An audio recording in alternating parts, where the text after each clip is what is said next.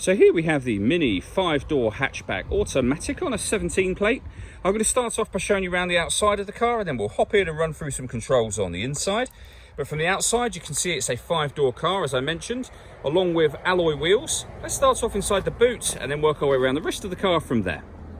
As we approach the back of the car, you can see we have plenty of boot space, along with the 60/40 split folding rear seat should you wish to increase that space even further. And then this tray section will fold and fold again to give you even more space, as you can see. So we're just going to work our way back round to the front of the car, and then we'll hop in and run through some controls on the inside. But now that we've done a full circle of it, you can see it's in excellent condition the whole way round. Just briefly before we climb in, I think it's well worth seeing the interior from this exterior point of view. You get half leather seats. There's plenty to run through on the dashboard, so let's hop in and we'll do that right now. Okay, now that we're inside the car, we're going to start with the dials. On the left-hand side, we have the rev counter. We have the speedometer in the middle and the fuel gauge on the right-hand side. Also in the middle, you can see the total miles for this car. They are 8,263. The information displayed above that can be changed using buttons on the steering wheel for various bits of trip computer information, or you can have, should you wish to, a digital readout for the speedometer displayed there instead. Backing out to the steering wheel, on the left-hand side, we have cruise control and speed limiter, and on the right-hand side, we have stereo and phone controls just here. The phone controls can only be used after such time as you pair the phone up, and that is done over on the central stereo area just here. So if you hit menu, you'll see you have various options, including phone. If you push that button down, you'll then access where you can pair your phone and you can add a new device. We're going to go back a couple of steps to where we started. When it comes to music, we have the radio, and you'll see there we have DAB, FM and AM radio. If you want to listen to your own music, you can do. The multimedia heading just here will show you that you have USB input and auxiliary input, and you can make some sound adjustments there as well.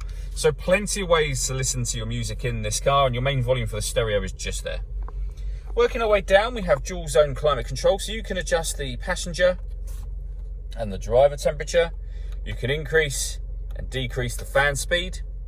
You can determine where within the car you'd like the air to be directed. When you're happy with all of those settings, this button turns the air conditioning off in this case, or back on again, or you can hit auto. If you do that, the car will then maintain these temperatures by taking control of the fan speed and the direction of the air. You can override that whenever you wish to. And you can turn air conditioning on and off from here as well if you wish to do that. This button will recirculate the air that's in the car. That's a great way of heating it up or cooling it down quickly depending on the temperatures you've set here. And you can turn that off again just as easily as you turned it on. Beneath that section we have the traction control. We can turn that off. We can start and stop the engine from here. And this button turns off the stop and start. This car is designed to cut out when it's stationary in traffic to save you fuel. That system is off when the light shows at the end here. So it's on or off. Underneath that, we have a 12-volt charging socket as well as the auxiliary and USB inputs. We then have the gear lever for the fully automatic gearbox.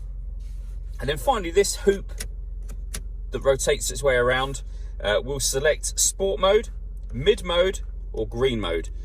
Different driving modes, so you'll see in the central console area here, we can go from sport to mid and to green, and it will show you over in this central section as well. So mid is where you would be most of the time. All that leaves me to say is thank you for taking the time to watch this video. If you'd like to come and see the car in person and have a test drive, please feel free to call any of our MJA sites. We'd love to hear from you soon.